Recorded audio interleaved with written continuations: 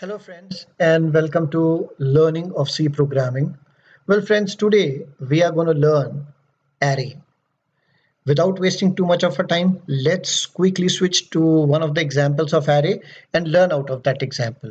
So here it is. The program is already written by me. Now to increase the size of the screen, it is Alt Enter and there you are. I've named it as sample array. Now let's see what all things are there. Well, before we could go ahead, let me quickly tell you what is an array. An array is collection of similar data types, or you could say array is collection of similar elements.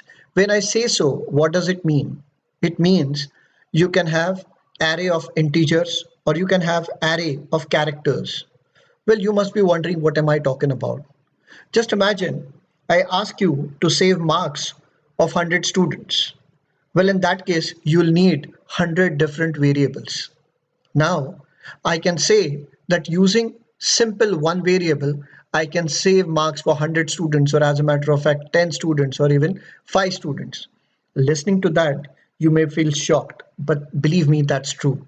So, one of that array, or one of that variable is called as subscripted variable, and subscripted variable is nothing but array. Now in this program what we are going to do is we will be scanning five marks of five subjects and then we'll print the same.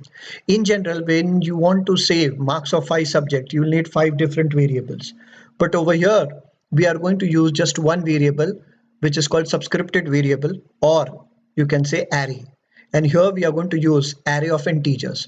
So let's see the program. What you can read here is the normal one: hash include stdio.h, hash include conio.h, followed by void main, and then there's a curly brace. So here on the definition of main starts.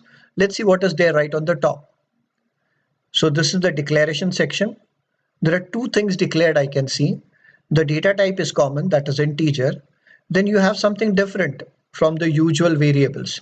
There's the name of the variable, then there's a square bracket, then there's a number, and then the square bracket is complete, followed by a comma, and then there's an I, and then there's a semicolon. Well, so this I is nothing but an integer variable as the normal integer variable. But this is something new and different. So this sub is one of the arrays. You can give any name to the array. The way you can have any name to your variable. Similarly, you could give any name to the array. So here the name given to array is sub because we are going to do it for five different subjects. Well, this program is to enter marks for five different subjects and print them. So sub is the name of the array. Then what is there in that square bracket? Because we are going to enter marks for five subjects, so I have mentioned number 5. When you execute the statement, what does the compiler come to know? After executing the statement, the compiler comes to know that we are going to use a variable, that is I, whose data type is integer. Then we are going to use array. Name of the array is sub. How does the compiler come to know that it is an array? Whenever you write a variable followed by a square bracket, then the compiler reads it as an array.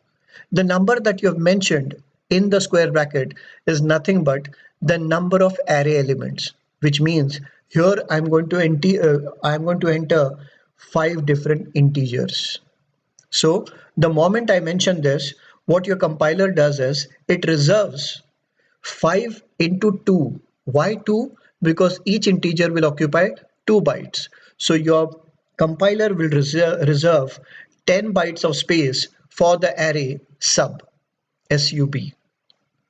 Having said that, now after that you have a normal statement, that is clear screen. We all know what is it for. It is used to wipe out the result of earlier program. And then there's a printf statement. So whatever is written in the double quotes will be printed on the screen, excluding the escape sequence.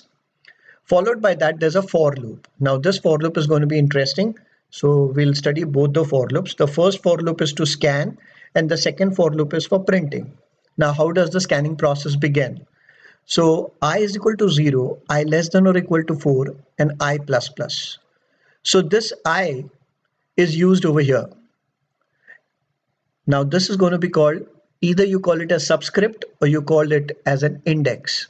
What happens is whenever when the for loop is getting executed, at the first time the value of I is going to be 0.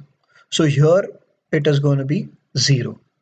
So in your memory, at the place subject 0, one entry of marks will be done, that is percentage D. So against subject 0 there will be 1 mark mentioned. Then the moment you hit enter, the value of I will be incremented by 1, and again the question will be asked, is I less than or equal to 4? The answer will be true. Yes, I is less than 4 because now the value of I is 1. So in the memory, now at the position subject in the square bracket 1, you are going to enter another number.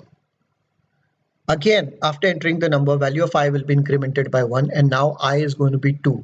So again, you will enter another number. So this will continue till I is 4.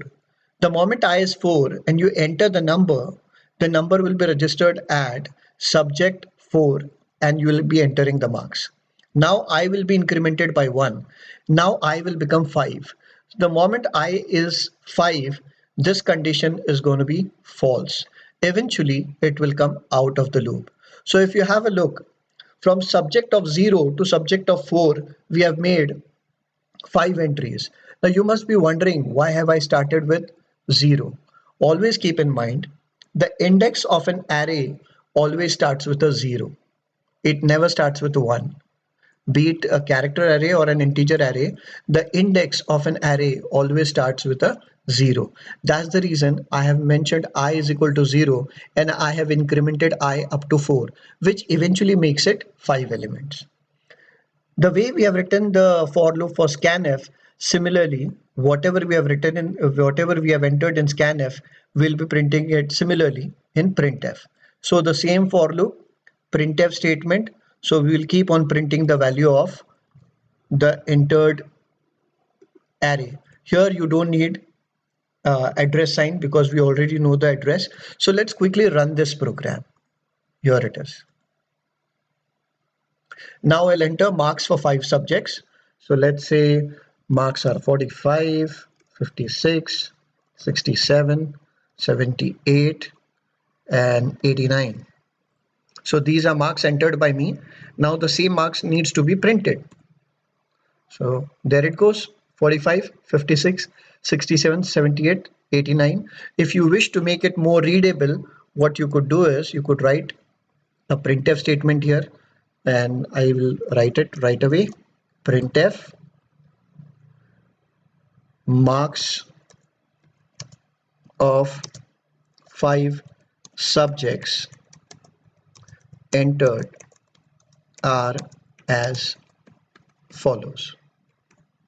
So there you go. \n, and over here as well I'll write a \n, so it comes on the next line. So I'll run the program once again, and again I will enter the marks for 5 subjects. So there you go. Marks of 5 subjects entered are as follows. And if you have a look at the marks entered on the top and the marks entered at the bottom, they are one and the same. So friends, that is how you declare an array. That is how you put values into an array, and that is how you print the values of the array. So to keep learning, keep watching C programming. Thank you.